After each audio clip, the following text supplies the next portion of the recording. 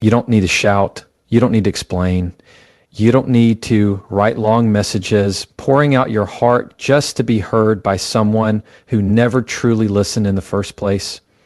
You need one moment, one decision, one action rooted in self-respect, and it changes everything. Here's the truth. Most people don't want to say out loud, toxic people aren't complicated. They're predictable. They come in patterns. Same tactics, different names. They poke until you react. They twist your words. They guilt you. They make you feel like peace is a luxury you don't deserve. But the moment you stop feeding that cycle, the game ends. You do this once, and they never bother you again. Start here. Set a silent boundary, not a loud one. Loud boundaries come from pain. Silent boundaries come from clarity. When someone crosses your line and you don't scream, you don't threaten, you don't fight, you just shift. You stop replying, you stop sharing, you stop entertaining their chaos. That silence is deafening, and they feel it. It's not passive aggressive, it's self-preservation. You don't need to get into debates with people who are committed to misunderstanding you. You don't need to win every argument. When someone shows you a version of themselves that's cruel, manipulative, or draining, you don't need to ask why they did it. You need to ask why you stayed after they did. And once that question gets honest, the door opens. Some people only stay in your life because you keep letting them explain away their bad behavior. The moment you stop over-explaining, they panic. They thrive off your need to be understood. So stop handing them that power. No is a full sentence. That doesn't work for me is enough. You don't owe paragraphs to people who wouldn't give you a sentence of accountability. Next time a toxic person tries to bait you, don't react. Mirror. Not emotionally, but calmly. Let their sarcasm echo back as indifference. Let their insults bounce off a face that doesn't flinch. Let them watch you protect your peace without lifting your voice. It confuses them. Why? Because they can't argue with someone who doesn't step into the ring. Then go deeper. Don't just cut contact. Cut access. There's a difference. You can block someone's number and still think about them all day, but when you truly remove access to your energy, your time, your emotional space, that's when you win. You stop talking about them, you stop checking on them, you stop letting their shadow live rent-free in your head, and that is where your freedom begins. If someone can disrespect you once and stay in your life, what you've told them is, there's room for this behavior here. But the first time you calmly show them there's not, everything shifts. Not because they changed, but because you did. And sometimes all it takes is one firm, quiet move to reclaim your peace. This isn't about revenge. It's not about being cold. It's about drawing the kind of line that says, I love myself too much to live in your storm. And the moment you make that choice, even once, toxic people lose the map to find you. And you start breathing again. Toxic people often rely on your reaction to fuel their behavior. It's not just what you say. They're watching how you respond, how flustered you get, how much attention you give them. The louder your reaction, the more control they feel they have over you. They thrive in chaos. They know how to press the right buttons because they've learned your emotional patterns. The moment you start raising your voice, over-explaining yourself, or defending every move you make, they feel like they're winning. That's why setting a silent boundary is the one thing that flips the entire game on its head. It confuses them. They expect a fight. They expect tears. They expect drama. But when all they get is silence, stillness, and no reaction, they don't know what to do with it. That's power. A silent boundary is not about ghosting people or being passive-aggressive. It's about making a decision within yourself that someone no longer deserves access to the parts of you they once exploited. It's a decision that says, I'm not going to teach you how to treat me anymore. I'm just going to show you that mistreating me means losing me. You don't announce it. You don't warn them. You don't even argue. You just shift. The conversations become shorter. The explanations disappear. The emotional investment dries up. You start replying with peace instead of proving your point. And slowly, they start to realize that they're losing the grip they once had. Toxic people don't respond to logic. They respond to energy. That's why trying to reason with them feels like talking in circles. They twist facts. They deflect blame. They manipulate emotions. But when you respond with calm detachment, when you set a boundary that isn't loud or reactive, they start to lose their leverage. Think of it like turning off the lights in a room where someone's trying to perform a show. The audience is gone, the spotlight is off, the performance becomes pointless, and eventually they walk off the stage. What makes silent boundaries so powerful is that they protect your peace without putting you in emotional debt. You don't have to spend your energy explaining why you're hurt. You don't have to write essays defending your decision. You don't even have to convince them they're wrong because you've stopped seeking their validation. That's what changes everything. When you stop needing toxic people to understand your pain, you finally start healing. And they feel that shift. They feel your silence. They notice the absence of your attention, and they realize that whatever game they were playing, they're now playing it alone. The beauty of this approach is that it doesn't require confrontation. Not everyone deserves closure. Not everyone deserves a goodbye speech. Some people deserve nothing more than your absence. And when you give them that, not out of hate, but out of love for yourself, it's a message louder than words. It says, I've outgrown the need to argue with you. I've outgrown the need to be seen by someone who only looks at me when they want something. I've outgrown the cycle. And here's what's even more powerful. When you start setting silent boundaries, you start attracting peace into your life. You realize that not everything needs your reaction. Not every insult needs your defense. Not every accusation needs your explanation. Some things are simply not worth your breath. That's not weakness. That's maturity. That's emotional intelligence. That's you choosing to respond from a place of strength rather than insecurity. The moment you choose stillness over screaming, quiet over chaos, you begin to rewrite the rules of how people can treat you. And toxic people, they don't stick around when they're not being fed. When you stop being available for the games, the drama, the emotional tug of war, they retreat. Not because you told them to, but because your energy no longer entertains their dysfunction. You don't need to fight to be free. You just need one quiet decision made in clarity, acted upon in peace. Set the boundary once. Let your silence speak the message you're tired of repeating, and watch how quickly those who thrived off your reactions suddenly have nothing left to take. Toxic people rarely listen to your words. They study your patterns. They want to see how much space they can take up in your life before you push back. And when you try to argue or explain, they use your own words against you. That's why traditional confrontation doesn't work with them. What does work is mirroring.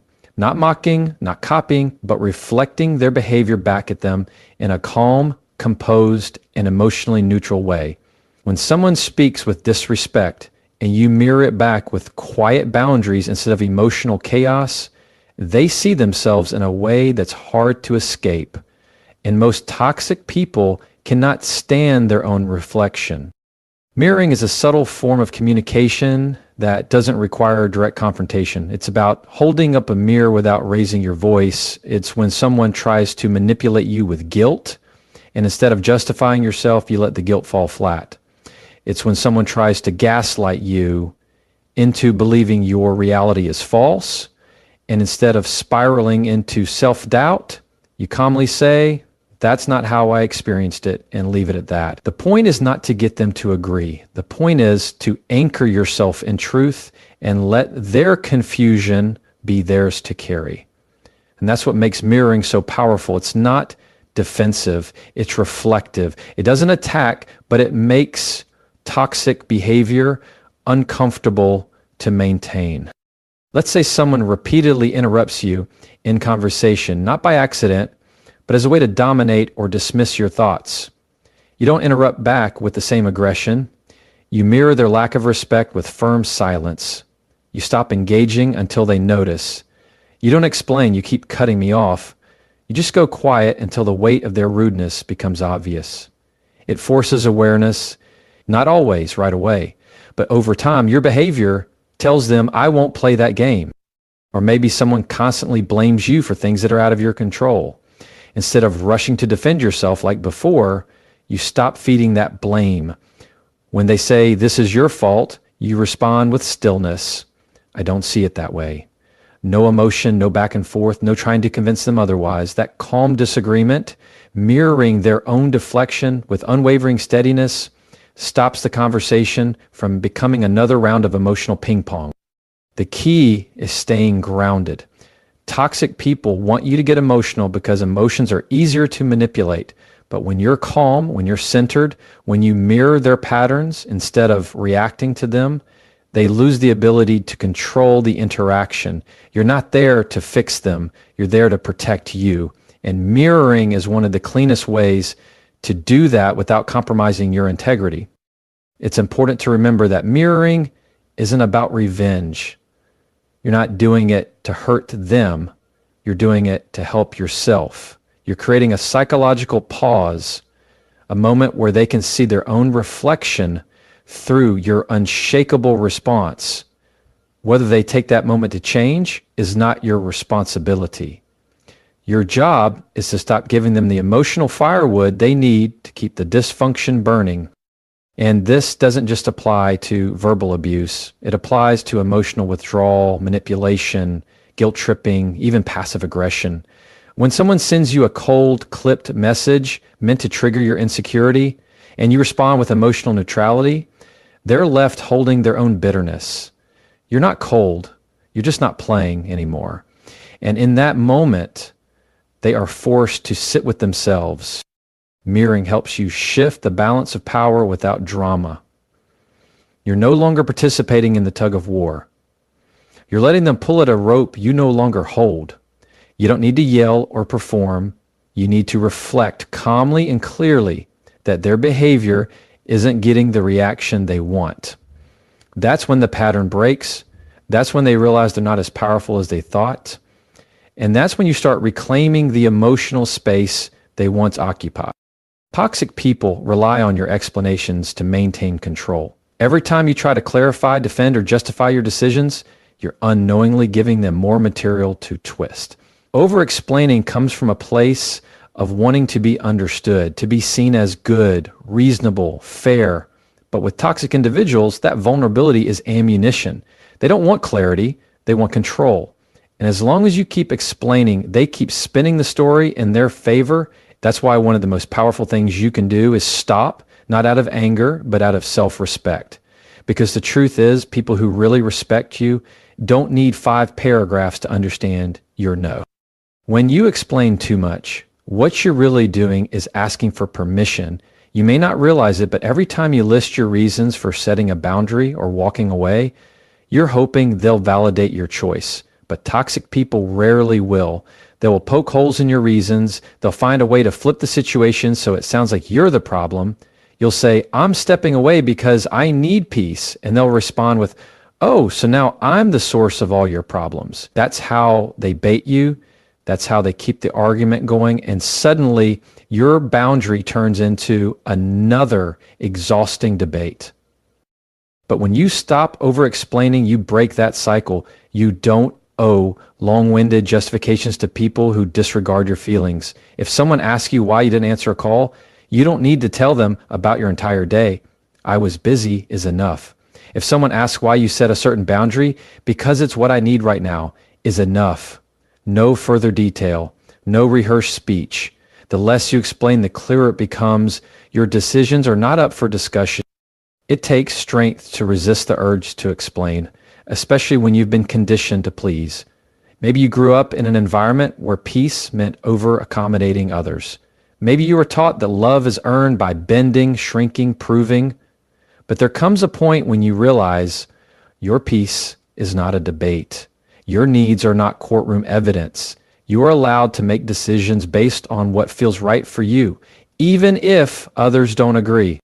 You teach people how to treat you, not just by what you say, but by what you're willing to repeat. The moment you find yourself explaining the same thing over and over to someone who isn't listening, you have to pause and ask yourself, is this person really confused, or are they just pretending so they can keep crossing the line? Because confusion fades with clarity. Disrespect stays even when you've been crystal clear. And when you see that, you stop explaining, you start choosing. There's also a peace that comes with trusting yourself. When you stop explaining, you begin to stand taller in your truth. You realize you don't need to be understood by someone who isn't even trying. You don't need to be liked by people who only like you when you're convenient. That silence after their question, the one where you don't give them what they expect, is powerful.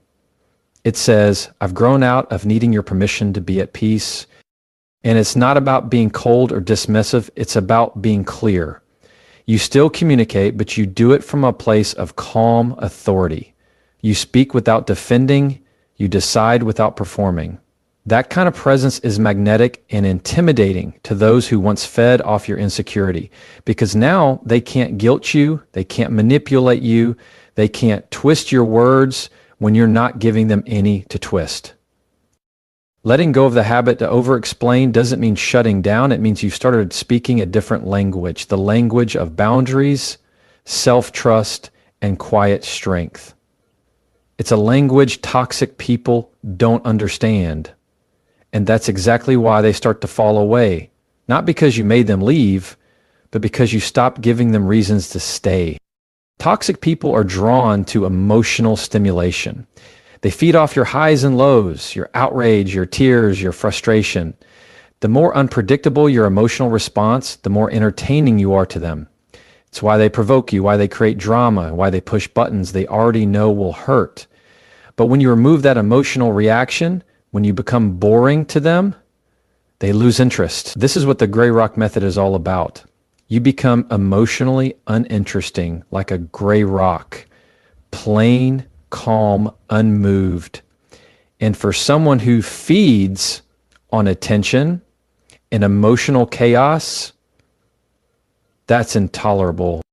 And it might feel unnatural at first, especially if you're someone who feels things deeply. You're used to reacting when someone disrespects you or crosses a line. You want to defend yourself. You want to be understood. But when dealing with someone toxic, emotional engagement is a trap. It doesn't lead to resolution. It leads to more manipulation. They want your passion, not your peace. They want you to yell, cry, and argue because those reactions prove that they still matter to you, that they still have influence over your emotional world.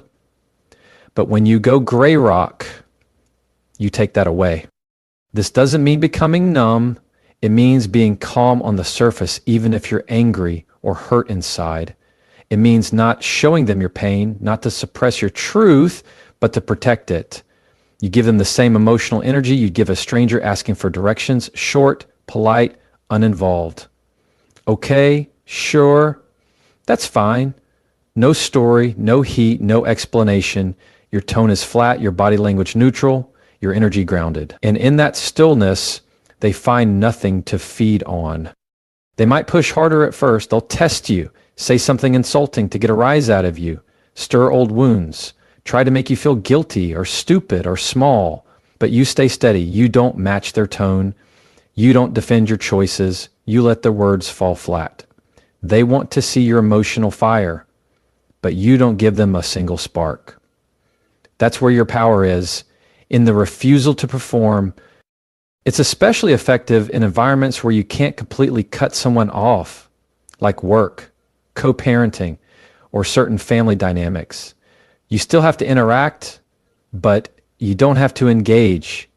You don't give personal information. You don't share feelings. You don't reveal your inner thoughts. Every answer is measured, every reaction filtered. You keep it simple, neutral, and focused only on the task at hand. Over time, they get bored because the only thing they can control is what you give, and you're giving them nothing they can use. There's a kind of quiet strength in being emotionally untouchable. You're no longer scrambling to prove your worth or defend your peace. You're not emotionally bleeding in front of people who would only point at the wound. You've made a choice to starve their appetite for drama. And that choice tells them something loud and clear. I am not available for your games anymore. And this doesn't make you weak, it doesn't make you cold, it makes you free. You're not avoiding conflict, you're denying access. You're not shutting down, you're showing that not everyone is entitled to your emotional life. Toxic people live for reaction. They want to feel like they control your mood. But when you practice the gray rock method, they realize they no longer hold that power. You've become someone they can't manipulate because you've stopped showing them where it hurts. Eventually, they stop trying, not because you told them to, but because you became a place where their games don't work. And they'll move on, looking for someone else who hasn't yet learned what you now know. Peace is more powerful than any reaction. And silence, when used with intention, is the loudest no you'll ever give. There's a difference between cutting contact and cutting access. Most people think that blocking someone, unfollowing them, or avoiding interaction is enough to protect their peace. And sometimes that's a necessary first step. But if that person still lives in your head, if you still replay arguments, check their social media, talk about them constantly, or feel triggered every time their name comes up, they still have access. Emotional access is the deeper layer. It's what truly determines